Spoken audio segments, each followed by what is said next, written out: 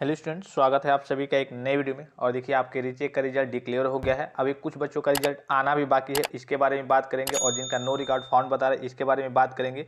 इसके अलावा आरटीआई करके कॉपी घर मंगाने पर क्या आपके नंबर बढ़ते हैं? काफ़ी सारे स्टूडेंट्स इसके बारे में पूछते रहते हैं कि सर मान लीजिए कि मेरा नंबर, मैं अपने रिजल्ट से असंतुष्ट हूँ, मैंने रीचेक भी कराया, लेकिन मुझे लगता है कि मेरी काफ़ी सही तरीके से जाँच नहीं हुई है, मैं घर मंगाना चाहता हूँ, अपनी कॉपी को देखना चाहता हूँ, तो क्या उसके बाद आपके नंबर बढ़ाए जाएंगे? यहाँ पे इंटरफेस पे आपके काफ़ी सारे क्वेश्चंस वगैरह दिख रहे हैं जो कि काफ़ी सारे स्टूडेंट्स ने पूछे हैं, और सबका एक एक रिप्लाई देना पॉसिबल नहीं हो पाता है। इसीलिए मैंने सोचा कि आपको एक वीडियो ही प्रोवाइड करा दूं कि सभी को इन्फॉर्मेशन मिल जाए। और देखिए, जैसे कि मान लीजिए कि आपके रीचेक का रिजल्ट जिनका डिक्लेयर हो गया, अभी फिलहाल की स्थिति की बात करें, तो क्या आपको ग्रेस मिलेगा?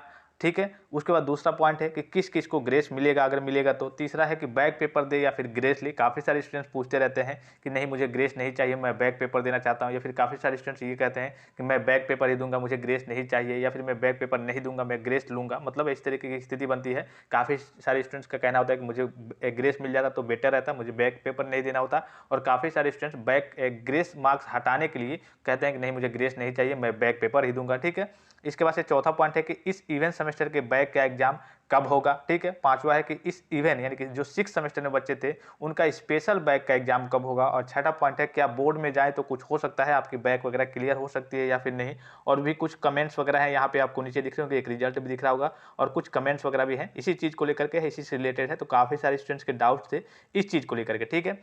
तो सबसे पहले ऊपर से हम स्टार्ट करते हैं। सबसे पहले जिनका your result will be declare soon करके दिखा रहा है, तो मैंने आपको पिछली वीडियो में भी बताया था, ऑफिशियल नोटिस जो आई थी कि जिनका कार्य कंप्लीट हो चुका था, रिवोल्यूशन का कॉपी जांच हो गई थी, उनका सारा डाटा मैनेज हो गया था, उनका रिजल्ट डिक्लेयर कर दिया गया। और अभी भी काफ़ी सारे स्टूडेंट्स ऐसे हैं, कह लीजिए कि हजारों की संख्या में बच्चे हैं जिनका रिजल्ट अभी डिक्लेयर नहीं हुआ है, उनकी कॉपियाँ जाँच हो रही हैं, या फिर हो सकता है कि अंतिम पड़ाव पे हो। अब कॉपी जाँच वगैरह कंप्लीट होंगे, फिर उनका डाटा वेबसाइट पर अपलोड किया जाएगा, तो उसमें आपके 2 दिन, 3 दिन, 5 दिन भी लग सकते हैं। ये बोर्ड के ऊपर डिपेंड करता है कि वह कैसे कार्य करता है, कितनी तेजी से कार्य करता है। ठीक है। इस बार की स्थिति आपने देखा ही कि पहले स्क्रूटनी का, रिवोल्यूशन का, यूएफएम का, सबका रिजल्ट एक साथ आता था, लेकिन इस बार सबका अलग अलग आया है। स्क्रूटनी का अलग आया है, यूएफएम का अलग आया है, और आपका रिवोल्यूशन का भी आया है। इसमें भी आपके 2 पार्ट हो गए हैं। रिवोल्यूशन के आधे बच्चों का मान सकते हैं आया है, और आधे बच्चों का भी नहीं आया है। ठीक है। तो जिनका भी your result will be declare soon दिखा रहा है, तो उनको घबराने की जरूरत नहीं। ये नहीं, काफ़ी सारे स्टूडेंट्स कह रहे थे कि लग रहा है मेरे ऊपर कुछ डाटा मेरा गड़बड़ हो गया, या फिर मेरा रिजल्ट ही ओपन नहीं हो पा रहा है।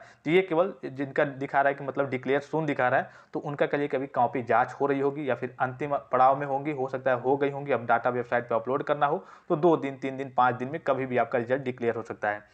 नो रिकॉर्ड फाउंड वाले काफ़ी सारे स्टूडेंट्स हैं जो कह रहे थे कि सर मेरा तो नो रिकॉर्ड फाउंड बता रहा है। और नो रिकॉर्ड फाउंड आपको मालूम है कब बताता है? जब आपका यूएफएम लगता है, यानी कि जब आप चीटिंग करते हुए पकड़े जाते हैं, या फिर मोबाइल नंबर लिखे होंगे अपनी कॉपी पे, इस केस में यूएफएम लगता है। अब जाहिर सी बात है, जब आपका मेन रिजल्ट आया, अगर यूएफएम लगना होता, काफ़ी सारे स्टूडेंट्स बोर्ड में गए थे, उनका जिनका लगा था, लिस्ट आई थी, तो मान लीजिएगा अगर आपका लगना होता तो उस वक्त ही लग गया होता। तो आपका अभी नो रिकॉर्ड फाउंड बताने का एक रीजन है, हो सकता है कि मान लीजिए कि अभी आपके कल के आधे बच्चों का आया, आधे बच्चों का नहीं आया है, तो इस केस में आपका दिखा सकता है। लेकिन आपका भी यही दिखाना चाहिए कि your result will be declare soon, यानी कि आपका रिजल्ट जल्द ही जारी होगा। लेकिन अगर आप सही सही डाटा पूरा भर रहे हैं, enrolment number, date of birth, फिर भी आपका नो रिकॉर्ड फाउंड बता रहा है, इसका ये मतलब है, सीधे सीधे अगर शब्दों में कहें, कि आपने जरूर अपने कॉपी में कुछ इस तरीके की चीज़, इमोशनल चीज़ें लिखी होंगी, या फिर मोबाइल नंबर वगैरह लिख दिए होंगे, जिसके कारण अभी आपका नो रिकॉर्ड फाउंड बता रहा है। हो सकता है आपके ऊपर यूएफएम फिर से लगा दिया, इसलिए कि पहली बार जब कॉपी आपकी मेन चेक हुई होगी तो एग्जामिनर ने ध्यान नहीं दिया होगा, या फिर उसने कहा होगा चलो छोड़ो, कोई दिक्कत की बात नहीं है। अब जब दूसरी बार आपने रीचेक डाल दिया, उस केस में आपकी बैक वगैरह लग गई थी, तो अब जब आपने रीचेक डाल दिया, उस केस में आप पकड़े गए हैं कि हाँ चलिए। एक स्टूडेंट ने मेरे पास कमेंट भी किया था कि मेरे 12 नंबर थे और मैंने कॉपी में मोबाइल नंबर लिखा था, और अब मेरे 0-0 मार्क्स आ गए हैं, और वहाँ पे दिखा रहा है कि हाँ आपने कॉपी में मोबाइल नंबर लिखा था, जिसकी वजह से आपका कहिए कि 0-0 मार्क्स कर दिया गया है। तो नो रिकॉर्ड फाउंड बता रहा है, तो हो सकता है कि आपके ऊपर यूएफएम लग गया होगा, अगर आपने कॉपी में कुछ अलग तरीके की गतिविधि लिखी होगी, इमोशनल चीज़ें लिखी होगी, या फिर कहिए कि आपने मोबाइल नंबर वगैरह लिखा होगा। तो बहरहाल देखिए, इसकी स्थिति क्लियर होती है तो मैं आपको जो छोटी छोटी चीज़ें रहती हैं, अब सबके लिए तो एक एक वीडियो नहीं बनाया जाएगा, तो मैं आपको टेलीग्राम पे मैसेज करते रहूँगा। ठीक है। अब देखिए, ये तो हो गया जिनका भी रिजल्ट नहीं आया है, नहीं खुल रहा है, रिजल्ट डिक्लेयर सून या फिर नो रिकॉर्ड फाउंड हो रहा है, उनके लिए। अब मान लीजिए कि आपका रिजल्ट आ गया है, जिन बच्चों ने अपना अपना रिजल्ट देख लिया है, या फिर अगर आपका रिजल्ट नहीं आया है, तब आपको आगे की आपकी स्थिति क्या रहने वाली है, कैसे कैसे आपको ग्रेस मिलेगा, क्या क्या मिलेगा, क्या आपको कुछ करना रहेगा, क्या आपको बैक देना पड़ेगा। अगर बैक देना है, मान लीजिए कि आपका इवेंट सेमेस्टर में लग गया है, तो आपके बैक पेपर का एग्जाम कब होगा। ठीक है। ये सारी चीज़ें इस वीडियो के माध्यम से हम डिस्कस करने वाले हैं। थोड़ा सा वीडियो कहिए कि लंबा हो जाएगा, लेकिन कोई बात नहीं, आप ध्यान से देखेंगे। जिन भी बच्चों को जो भी डाउट्स हैं वो अपना स्किप करके भी आगे चल के देख सकते हैं, जो भी आपके इस क्वेश्चन में डाउट वगैरह दिख रहे होंगे। हाँ, एक और चीज़ जो जिनका रिजल्ट डिक्लेयर हो गया है, तो काफ़ी सारे स्टूडेंट्स ये भी पूछ रहे थे कि मान लीजिए कि मेरा रिजल्ट डिक्लेयर हो गया है, तो मेरा मेन रिजल्ट में जाकर के कब अपडेट होगा, तो वो भी स्थिति अभी आपको मालूम चल जाएगी। तो सबसे पहले देखिए, पहला एक क्वेश्चन आपको दिख रहा होगा, क्या ग्रेस मिलेगा, ठीक है, क्या ग्रेस मिलेगा या फिर नहीं, मतलब सीधे करने का मतलब है, मान लीजिए कि आपका रीचेक का रिजल्ट आ गया, तो क्या आपको ग्रेस मिलेगा, क्या आपको ग्रेस मिलेगा? तो इसका सीधा सिंपल सा जवाब है कि हाँ, आपको ग्रेस मिलेगा। लेकिन इसके भी कई सारे कंडीशन है, जैसा कि दूसरा क्वेश्चन दिख रहा होगा, किस किस को ग्रेस मिलेगा। इसमें थोड़ा सा समझने वाली बात है कि किन किन स्टूडेंट्स को ग्रेस मिलेगा। तो सबसे पहली चीज़ मैं एक चीज़ क्लियर कर दूं कि अगर आपकी 3 सब्जेक्ट या फिर उससे ऊपर बैक है, तब आप ग्रेस भूल जाइए, आपको ग्रेस नहीं मिलेगा। यानी कि अगर आपकी 3 सब्जेक्ट में बैक है, अभी फिलहाल में रीचेक का रिजल्ट आने के बाद भी अगर आपकी 3 सब्जेक्ट में बैक है या फिर उससे ऊपर 4 सब्जेक्ट, 5 सब्जेक्ट, 6 सब्जेक्ट में बैक है, तब आपको ग्रेस मार्क्स नहीं मिलेगा। अब ग्रेस कब मिलेगा? अधिकतम अगर आपकी 2 सब्जेक्ट में बैक है तब आपको ग्रेस मार्क्स मिलेगा, और इसमें भी कई सारे कंडीशन है। क्या कहा मैंने? अधिकतम अगर आपकी 2 सब्जेक्ट में बैक है तब आपको ग्रेस मार्क्स मिलेगा। तो जिन बच्चों के लिए कि 2 सब्जेक्ट में बैक है या फिर 1 सब्जेक्ट में भी बैक है, इस केस में भी आपको ग्रेस मार्क्स मिलेगा। यानी कि 1 सब्जेक्ट या फिर 2 सब्जेक्ट, 2 सब्जेक्ट से अगर आपके ऊपर बैक है अभी भी रीचेक का रिजल्ट आने के बाद भी, तब आप ग्रेस मार्क्स भूल जाइए। अब यहाँ पे स्थिति क्लियर ये उत्पन्न होती है कि मान लीजिए कि मेरे 1 सब्जेक्ट में बैक है, तो मेरे कितने नंबर तक हैं, तो मुझे कितने नंबर तक मिलेगा। तो सपोज कीजिए कि अगर आपकी 2 सब्जेक्ट में बैक है, तो अधिकतम जो आपको ग्रेस मार्क्स मिलता है वो 10 नंबर मिलता है। सभी स्टूडेंट्स को लगभग मालूम होगा, अधिकतम जो आपको ग्रेस मार्क्स मिलता है 10 नंबर तक मिलता है, और अधिकतम जो सब्जेक्ट में मिलता है वो 2 सब्जेक्ट में मिलता है। ये आपको क्लियर हो गया कि चलिए 2 सब्जेक्ट में मिल जाएगा, मेरे 2 सब्जेक्ट में बैक है तो, और अधिकतम 10 नंबर तक मिल जाएगा। अब मान लीजिए यहाँ पे मैं एक आपको रिजल्ट दिखा रहा हूँ, इसके माध्यम से समझाने की कोशिश करूँगा। यहाँ पे आपको दिख रहा होगा, जैसे इन्होंने रिवोल्यूशन का फॉर्म भरा था, ये मैकेनिकल इंजीनियरिंग प्रोडक्शन के स्टूडेंट्स हैं, हाइड्रोलिक्स एंड न्यूमेटिक्स में और एनर्जी कंजर्वेशन में, ठीक है। इसमें इनका एक में 14 है और एक में 12 हो गया है। पहले इनका 10 था, एक में 12 हो गया, और 14 का हाइड्रोलिक्स एंड न्यूमेटिक्स में 14 का 14 ही है, ठीक है।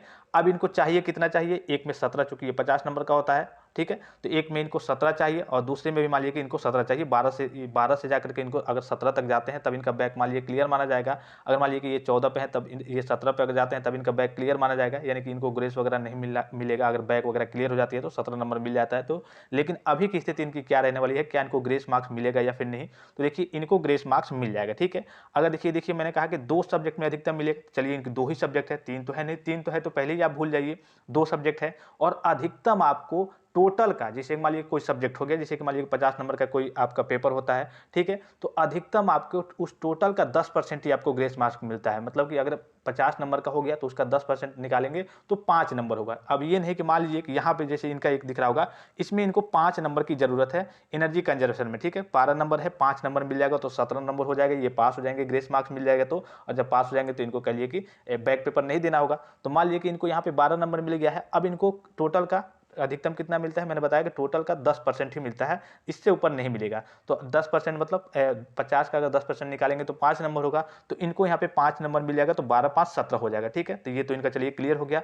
दूसरा है 14, इसमें 3 ही नंबर चाहिए, तो 3 नंबर इसको मिल जाएगा। अधिकतम 5 नंबर मिलेगा इसमें भी, तो 3 ही नंबर इनको चाहिए, तो 5 3 8 नंबर टोटल हो गया, ठीक है। और अधिकतम मैंने आपको बताया कि 10 नंबर से ऊपर नहीं जाना चाहिए। तो दोनों में मान लीजिए कि 5 नंबर तक मिल सकता है, तो इनका 12 है। अगर यहाँ पे देखिए एक चीज समझने वाली बात है, अगर यहाँ पे इनका 11 रहता मान लीजिए, ठीक है, 11 रहता, इनको 6 नंबर चाहिए, तो इस केस में आपको दोनों में से किसी सब्जेक्ट में नहीं मिलता। यानी सीधे कहने का मतलब है, अगर आपकी ग्रेस मिलने से आपको फायदा होता है, आपकी बैक वगैरह क्लियर हो जाती है, आगे चलकर आपको बैक पेपर नहीं देना होगा, तो इसी केस में आपको ग्रेस मार्क्स दिया जाएगा। अब ये नहीं कि मान लीजिए कि एक में दे दिया जाएगा और एक में मान लीजिए कि इसमें 8 है, ऐसे मान लीजिए एग्जाम्पल के थ्रू, एक में इनका 14 दिखा रहा है, ठीक है, एक में यहाँ पे मान सकते हैं इनका 10 है, ठीक है। तो इस केस में अब ये नहीं कि एक में मिल जाएगा, 14 वाले में 3 नंबर ग्रेस मिल जाए और दूसरे वाले में आपका मान लीजिए कि 8 आया है या फिर 10 आया है, उस केस में आपको ग्रेस उसमें नहीं मिलेगा, उसका बैक पेपर दे देंगे और एक में ग्रेस मिल जाएगा। ऐसा नहीं है।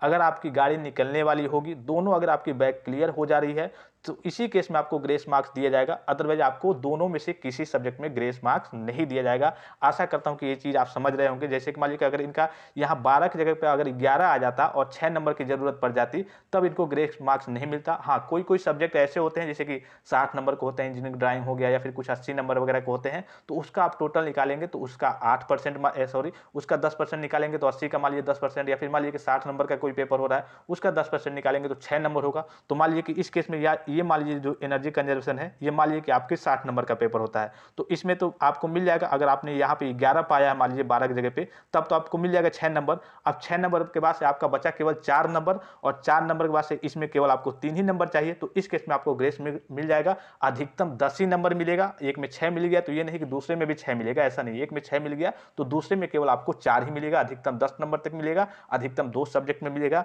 और जो टोटल मार्क्स आपका होता है उसका केवल 10% ही आपको ग्रेस मार्क्स मिलता है एक सब्जेक्ट में, ठीक है। ये आशा करता हूं कि ये चीजें आपको क्लियर हो गई होंगी। हाँ, इवेंट सेमेस्टर में ही जैसे कि मान लीजिए कि सपोज कीजिए काफी सारे स्टूडेंट्स ये भी पूछने लगते हैं, जब ऑड सेमेस्टर का उनका रिजल्ट आता है, तो चूंकि आपको मालूम है जो आपका ग्रेस मार्क्स मिलता है वो ईयरली मिलता है, यानी कि जब आपके इवेंट सेमेस्टर का, जैसे पॉलिटेक्निक के स्टूडेंट्स हैं तो उनका इवेंट सेमेस्टर का जब रिजल्ट आएगा, यानी कि फर्स्ट सेमेस्टर और सेकंड सेमेस्टर दोनों का ओवरऑल रिजल्ट आएगा, तब आपको ग्रेस मार्क्स दिया जाता है। तो बहरहाल ये तो स्थिति अभी है, तो आपका इवेंट सेमेस्टर का ही एग्जाम हुआ है तो इसको बताने की जरूरत नहीं है।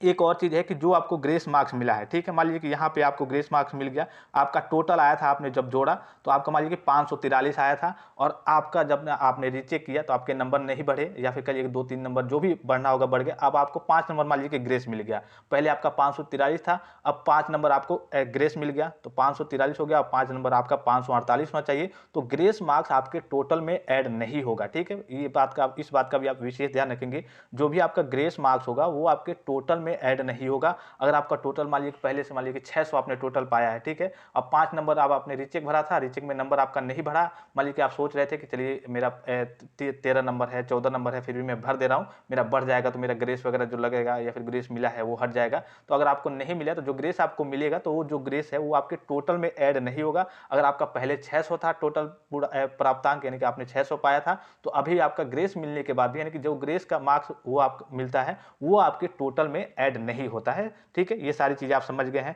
अब देखिए यहाँ पे बैक पेपर दें या फिर ग्रेस ले, इस चीज को लेकर के काफी सारे स्टूडेंट्स हमसे पूछते भी रहते हैं कि मान लीजिए कि मेरा मतलब मेरी बैक लग गई है, या फिर कहिए कि मुझे ग्रेस मिल गया है, तो काफ़ी सारे स्टूडेंट ये कहते हैं कि मान लीजिए कि मुझे ग्रेस मिल गया है, मैं सोचता हूं कि मुझे ग्रेस नहीं चाहिए, मैं बैक पेपर दे के हटा सकता हूं क्या इसे। तो देखिए अगर आपका ग्रेस लग गया है, एक बार आपके रिजल्ट में अगर ग्रेस मिल गया, तो जैसे कि मान लीजिए कि अभी आपका जो मेन रिजल्ट आया उसके बाद से आपने रीचेक फॉर्म भरा, उसके बाद से अगर आपका ग्रेस लग गया तो इसके बाद से आप ग्रेस को कभी नहीं हटा सकते, ना ही आप बैक पेपर दे सकते हैं। इस बात का आपको विशेष ख्याल रखना है। अगर आपका रीचेक के बाद से, रीचेक के पहले मान लीजिए कि मेन रिजल्ट आता है, अगर ग्रेस मिलता है तो बच्चे रीचेक कराते हैं कि चलिए ग्रेस मेरा हट जाए। अगर उसके बाद भी, रीचेक के बाद भी अगर आपका ग्रेस नहीं हटा, या फिर अगर आपकी बैक है, बैक में कम नंबर था, कम नंबर से थोड़ा ज्यादा नंबर हो गया और ज्यादा नंबर के बाद आपको ग्रेस मिल गया, तब आप ग्रेस किसी भी स्थिति में नहीं हटा सकते और ना ही आप बैक पेपर दे सकते हैं, ठीक है। बैक पेपर कब देंगे? जब आपका लिए कि ग्रेस मिलने लायक नहीं होगा, उससे नीचे की कैटेगरी में रहेंगे, इस केस में आपको बैक पेपर देना होगा। और ग्रेस अगर मिल गया है तो ग्रेस को आप हटा नहीं सकते हैं। अब ये चीजें आशा करता हूं कि क्लियर हो गई होंगी, ठीक है।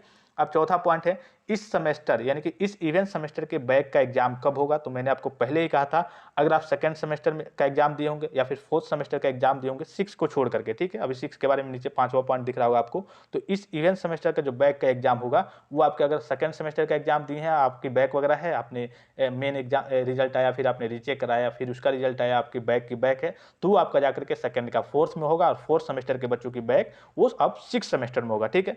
5वां पॉइंट देख लीजिए, इस इवेंट 6 सेमेस्टर का बैक कब होगा? यानी कि ये होता है जो 6 सेमेस्टर में अगर आपकी बैक लग गई तो आपकी अब स्पेशल बैक हो जाती है। यानी कि 3 साल आपका, मान लीजिए डिप्लोमा आपका 6 सेमेस्टर का आपने एग्जाम दिया, उसका रिजल्ट भी आ गया, 3 साल का आपका डिप्लोमा कंप्लीट हो गया, उसके बाद भी जो कोई बैक रह जाती है वो आपकी हो जाती है स्पेशल बैक। और स्पेशल बैक इसीलिए मैंने आपको चौथा और 5वां पॉइंट अलग अलग करके बताया है, क्योंकि जो 5वां पॉइंट है, जो स्पेशल बैक वाले कैटेगरी के बच्चे हैं उनका अलग से पेपर बनाया जाता है और उनका जो एग्जाम है वो इसी सेमेस्टर में करा लिया जाएगा। इसलिए कि उनको अब मान लीजिए कि सर्टिफिकेट की जरूरत रहती है। अब पता चले कि इवेंट का इवेंट में होगा तो 6 का मान लीजिए कि अगली बार के लिए कि जो बच्चे 6 में आएंगे उनके साथ होगा, 1 साल का डिले हो जाएगा। तो ऐसा नहीं है, 6 सेमेस्टर के बच्चों का जो अभी आपका नेक्स्ट और सेमेस्टर का एग्जाम होने वाला है उसी में आपका एग्जाम ले लिया जाएगा, केवल 6 सेमेस्टर के बच्चों का, ठीक है। मतलब जिनकी स्पेशल बैक हो गई है आप, ठीक है। लेकिन जो बच्चे 4th सेमेस्टर में थे, सेकंड सेमेस्टर में थे, उनकी बैक है तो सेकंड सेमेस्टर की बैक अब 4th सेमेस्टर में होगी और 4th सेमेस्टर के बच्चों की बैक अब 6th सेमेस्टर में होगी। आशा करता हूं कि ये भी डाउट्स आपके क्लियर हो गए होंगे, ठीक है। फिर छठा पॉइंट है कि क्या बोर्ड में जाए तो कुछ हो सकता है, इसलिए कि इस चीज़ को लेकर के देखिए काफ़ी सारे स्टूडेंट पूछते रहते हैं कि हमने तो काफ़ी बहुत अच्छे से लिखा था, और जाहिर सी बात है उनके मन में काफ़ी ज़्यादा क्रोध होता है, काफ़ी बेचैनी होती है, काफ़ी तकलीफ होती है। मैंने अच्छे से लिखा था, इतने मतलब ये सारी चीज़ें की, इतना मैनेज किया, इतना पढ़ा, फिर भी मेरी बैक लग गई। क्या हमें बोर्ड में जाना चाहिए? बोर्ड में जाएँ तो कुछ हो सकता है, वहाँ पे बातचीत करें, वहाँ पे कुछ करें तो क्या कुछ हो सकता है? तो देखिए अगर आप बोर्ड में जाएँगे या फिर आप अपने कॉलेज में दौड़ेंगे तो वहाँ से आपकी कोई सुनवाई नहीं होगी। जैसे का तैसे आपका रिजल्ट है, उसमें ना एक नंबर अब बढ़ने वाला है, जैसे आपका रीचेक का रिजल्ट भी आ गया, तो ना एक नंबर बढ़ने वाला है, ना एक नंबर घटने वाला है, ठीक है। तो आप कहीं भी दौड़ धूप करेंगे, चाहे कॉलेज जाएंगे, चाहे विभाग में जाएंगे, बोर्ड में जाएंगे, तो इससे कोई फायदा नहीं होने वाला है। यहाँ पे आप ना जाए तो ही बेटर रहेगा आपके लिए, ठीक है। आईटीआई करके कॉपी घर मंगाए तो नंबर बढ़ेगा या फिर नहीं, इसके बारे में बात करने से पहले देखिए यहाँ पे एक और चीज़ मैंने आपको बताया कि मेन रिजल्ट में कब अपडेट होगा। मान लीजिए कि जिन बच्चों का रिजल्ट रिवोल्यूशन का रिजल्ट डिक्लेयर हो गया है, तो उनका जो मान लीजिए कि इनको जैसे 14 नंबर मिल गया है, 12 नंबर मिल गया है, तो इसमें तो केवल आपके मार्क्स दिखा रहे होंगे कि हाँ चलिए 14 नंबर मिल गया, 12 नंबर मिल गया। अब ये जा करके आप टोटल आपके जो मेन रिजल्ट है उसमें ऐड होगा, और जब उसमें ऐड होगा तो वहाँ पे ग्रेस की स्थिति बनेगी कि हाँ इस सब्जेक्ट में आपको 3 नंबर ग्रेस मिल गया, इसमें सब्जेक्ट में आपको 5 नंबर ग्रेस मिल गया, तो 5 3 8 नंबर टोटल GR8 करके आपको लिख के देगा कि हाँ GR8 आपका ग्रेस मिल गया, आप पास हो गए हैं ग्रेस की सहायता से, ठीक है। तो ये आपके मेन रिजल्ट में अपडेट कब होता है? तो लगभग इसको अपडेट होने में 1 हफ्ते तक मान सकते हैं, 1 हफ्ते का समय लगता है। अब चूंकि इस बार और ज़्यादा कहीं डिले हो जाए, क्यों डिले हो जाएगा भाई? इसलिए कि काफ़ी सारे बच्चों का भी रिवोल्यूशन का ही कार्य चल रहा है, और जब तक रिवोल्यूशन का कार्य कंप्लीट नहीं होगा, सभी बच्चों का आज नहीं जाएगा, तब तक अपडेट नहीं होगा। चूंकि इस बार थोड़ी सी स्थिति अलग है, सीरियल बाय सीरियल सारी चीज़ें हो रही, देखा अपने 2 पार्ट में भी रिवोल्यूशन का रिजल्ट आ रहा है, तो हो सकता है ये भी कि धीरे धीरे वो लाइन से जिनका जिनका डिक्लेयर हो रहा है उनका धीरे धीरे अपडेट करते जाएं, तो वो बोर्ड के ऊपर डिपेंड करता है। लेकिन मान के चल सकते हैं मोटा मोटी 5 दिन या फिर 1 हफ्ते या फिर कभी कभी 10 दिन भी आपका रिजल्ट अपडेट होने में लग जाता है। जब अपडेट होगा तो उसमें आपके ग्रेस दिखाएगा कि आपको ग्रेस कितना मिला है, और ग्रेस की स्थिति मैंने आपको बता ही दी, कब मिलेगा, कैसे मिलेगा। कुछ कमेंट्स है देखिए यही चीज़ को लेकर के, सर ग्रेस मार्क्स मिलेगा या फिर नहीं, या फिर यहाँ पे देखिए सर 2 सब्जेक्ट में 2-2 नंबर कम है, कुछ रास्ता बताइए, बहुत परेशान है, तो इनको ग्रेस मिल जाएगा। जाहिर सी बात है 2 सब्जेक्ट में है और 2-2 नंबर ही कम है, ठीक है, तो 2-2 नंबर कम है तो 2 सब्जेक्ट में है तो इनको ग्रेस मार्क्स आसानी से मिल जाएगा, कोई दिक्कत की बात नहीं है। फिर यहाँ पे एक और कमेंट्स है कि सर नो रिकॉर्ड फाउंड बता रहे हैं, मैंने ऊपर ही आपको बताया नो रिकॉर्ड फाउंड के बारे में। काफ़ी सारे स्टूडेंट व्हाट्सएप पे मैसेज भी कर रहे हैं, देखिए आपको बखूबी मालूम होगा कि एक एक का रिप्लाई देना वहाँ पे पॉसिबल नहीं होता है। काफ़ी सारे स्टूडेंट्स वहाँ पे करिए कि कुछ अलग तरीके की चीज़ें बोलने लगते हैं कि जब रिप्लाई नहीं देना होता है तो व्हाट्सएप नंबर क्यों देते हैं। आपको मालूम है कि मैं बच्चों की क्वेरी जो भी होती है, जो भी परेशानी होती है, उसको मैं ले लेता हूँ, जान लेता हूँ कि हाँ क्या दिक्कत आ रही है, क्या तकलीफ आ रही है। अब मान लीजिए कि हज़ारों बच्चों, 5,000 10,000 बच्चों के सामने ये परेशानी आ रही है, अब सभी को एक एक में रिप्लाई करने लगूँ, एक एक मिनट भी अगर रिप्लाई करने लगूँ तो कई हज़ार कह लीजिए मिनट लग जाएंगे। इसलिए मैं सोचता हूँ कि वीडियो प्रोवाइड करा दूँ, आपके मैसेज को मैं सीन जरूर कर लेता हूँ, देख जरूर लेता हूँ, लेकिन आपको उसी हिसाब से इन्फॉर्मेशन प्रोवाइड कर देता हूँ कि हाँ चलिए आपका कह लीजिए जो भी कन्फ्यूजन हो, जो भी डाउट्स हो वो क्लियर हो जाए, ठीक है। फिर देखिए जो सबसे इंपॉर्टेंट रेड कलर में आपको दिख रहा होगा आरटीआई यानी कि राइट टू इन्फॉर्मेशन करके कॉपी घर मंगाएं तो नंबर बढ़ेगा या फिर नहीं।